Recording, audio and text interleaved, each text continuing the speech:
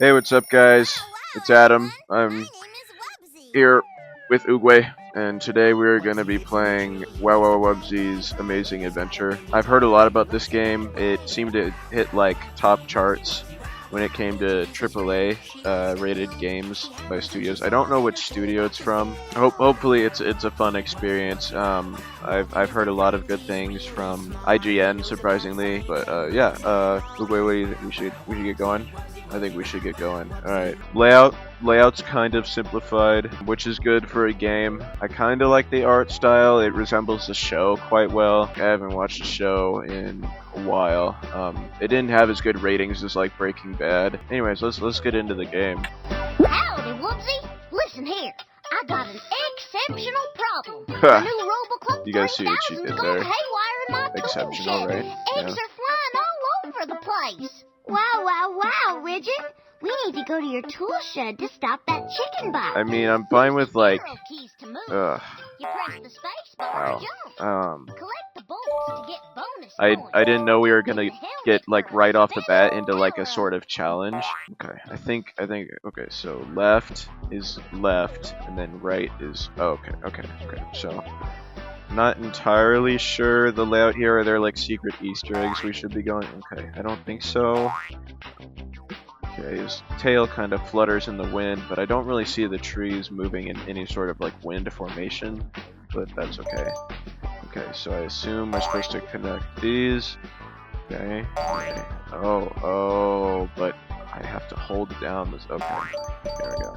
Just a standard level design. Honestly, they probably could have gotten a little more creative with this. The sound design for the game could have been a little better too, but I like WUBBZY'S whimsicalness. He doesn't know the kind of world that we really live in right now. Yeah, Wowie is right, WUBBZY. Okay, so can I go down? I'm pressing the down key. I don't. Oh, okay, cool.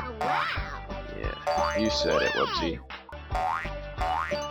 Oh man. Oh, okay.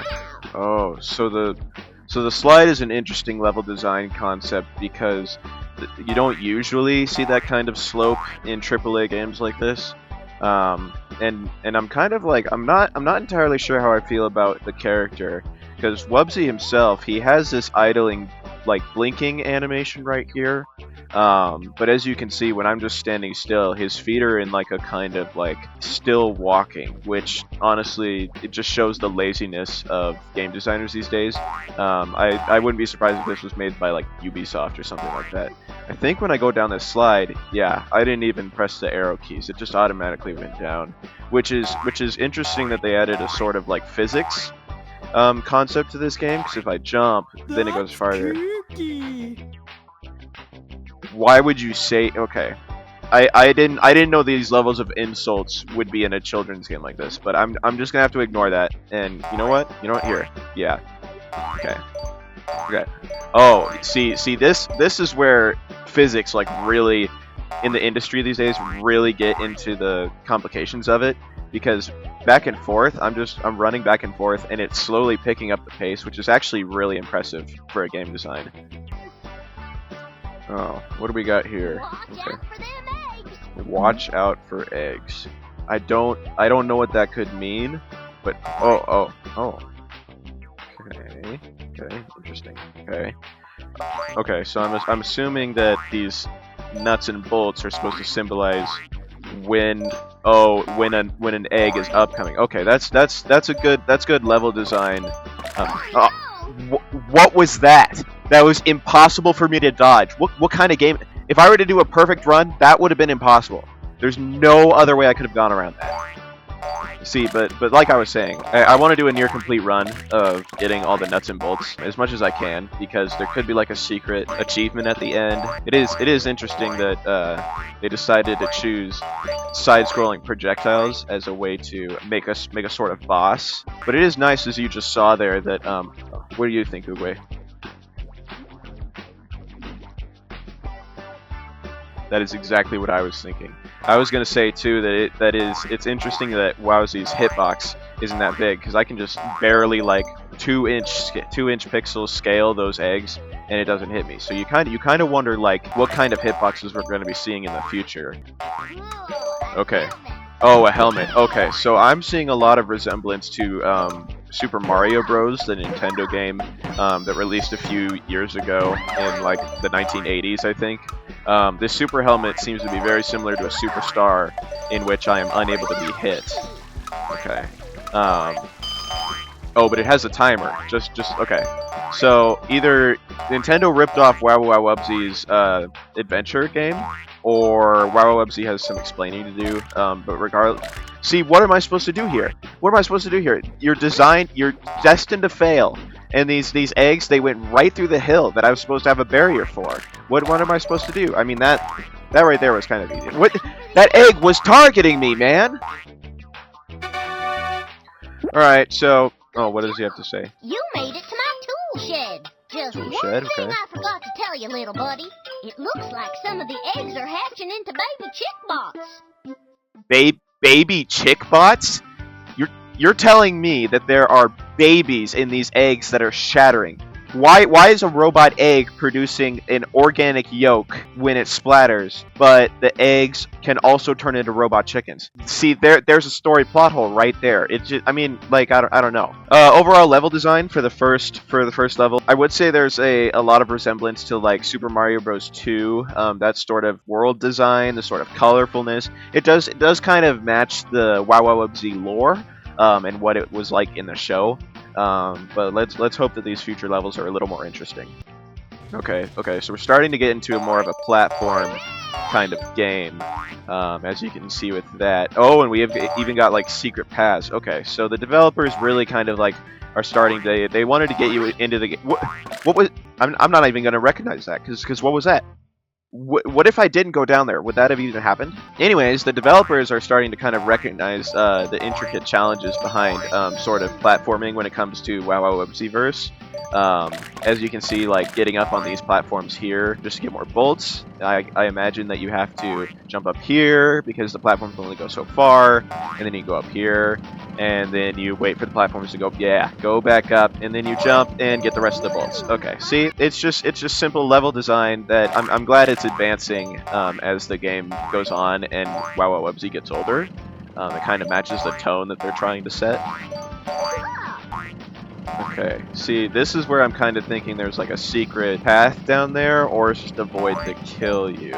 Yeah. So there's a little part under there. I can't go down, so I'm assuming you kind of have to go down here and wait for it to pass by. Yeah, that's kind of what I was thinking. Oh, no. Some of the eggs are hatching into baby chick bots. Okay, so I'm kind of thinking these radios that they implement in the level are kind of like the halfway points that they kind of incorporate. And here's the checkbots that we were just kind of talking about. I imagine you get hurt or when you touch them. Oh, no. But unlike the eggs, you lose 2 nuts and bolts instead of 1, which kind of incorporates a challenging aspect.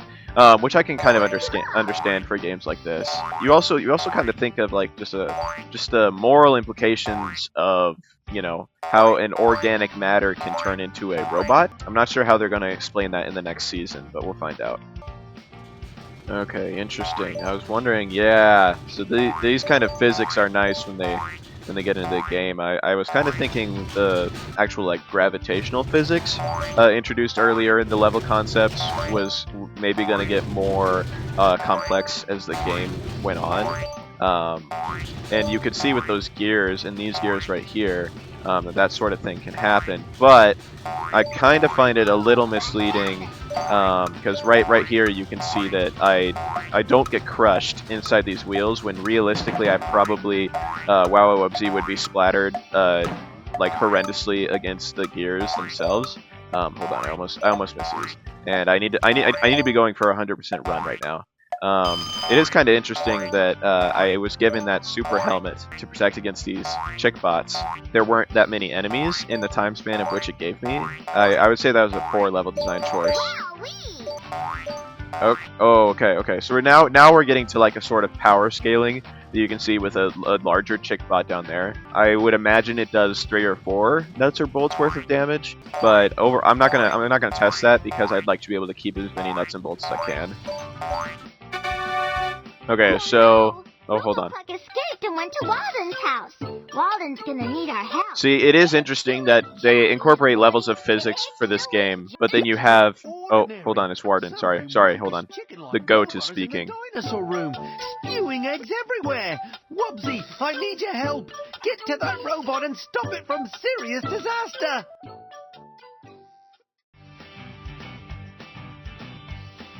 I would kiss Warden. That's all I'm gonna say. Anyway, so level design for the previous one, it definitely incorporated a lot of new sort of concepts in the levels that I really hope they keep repeating in the upcoming levels. I don't know how many levels are going to be in this game, right, Uwe? But hopefully, like the gears, the incorporation of the gears in the levels certainly helped it become more complex and more interesting as a game. I hope we see those further.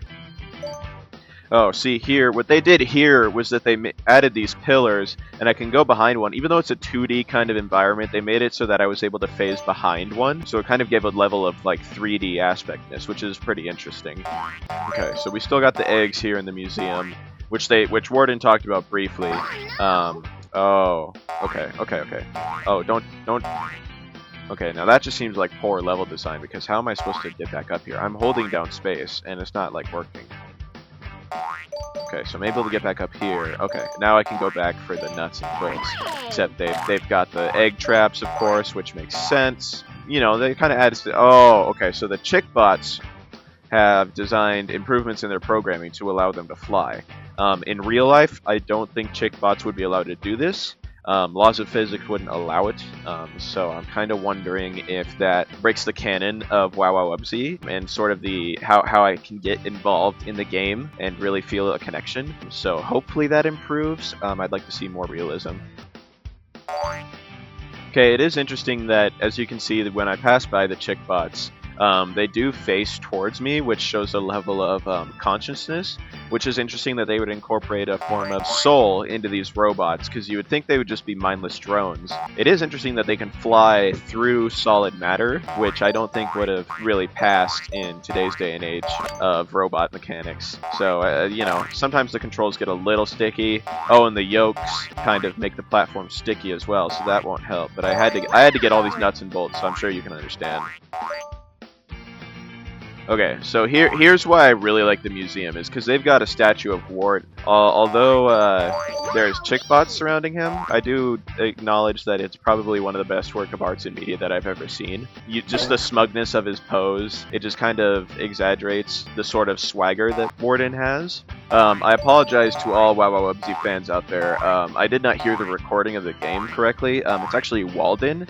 And I think that's the sort of Mandela effect, because I remember his name being Warden in the series. We'll see what that is. I think I might do a further lore video later, explaining the differences between Warden and Walden character designs, how it might differ between the different names, meaning he might have different personality types.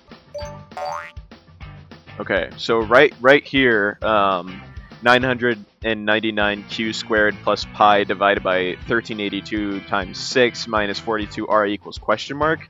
It does really bring up the complexity of this game and how it might differ between adult audiences and child audiences. This art style definitely caters towards the children, but I think, if memory serves correctly, you do need to answer this question in order to bypass the area. Or actually, I guess not. I think you just. Oh, okay. You just walk over it. Okay. So that kind of gives a little like a little Easter egg for adult players to have, so they can actually solve that math problem. And then just for the children audiences, they can just walk past it, which kind of helps appeal to different generations of people and players. Okay, so here we got another helmet. We're gonna see how much this actually is affected in this next area. Okay, so we got an arrow telling us where to go, but I think the helmet might run out before we start facing any sort of enemies. I mean, you've got the eggs coming out here. Oh my God, Chickbot, Robo Chick. Okay. Well, okay. So the helmet wore off right before we encounter the main boss, it seems. Yeah, okay, so this is where I might lose a lot of my nuts and bolts, because there's just a very difficult way to dodge these. But I'm liking that they give you the nuts and bolts back in case you do lose them. I'm aiming for an 1,000 nuts and bolts run, but that might not be very realistic. Webster, to stop the Roboclub 3000, you gotta jump on its wings, up, all the way to the tippity top of the robot's head. That's where the off button is. Okay, so we're gonna have to jump on its wings, which doesn't sound like too much of a challenge, but it might be a little difficult, depending on how they designed the platforms here. Okay, so, and then of course you've got, there's just like a ton of knockback here. Okay, so, oh. Wow. You finally stopped the Roboclub 3000 from all the craziness. My! You saved my dinosaurs! Excellent job, little buddy. Excellent job. Okay, so that was WUBBZY'S Amazing Adventure. I would say that the boss battle at the end seemed a little weak, considering they gave you a super helmet right at the end. It kind of seemed like there wasn't much of a challenge. I was kind of hoping that you would at least have to hit the robot's head 3 times instead of just 1.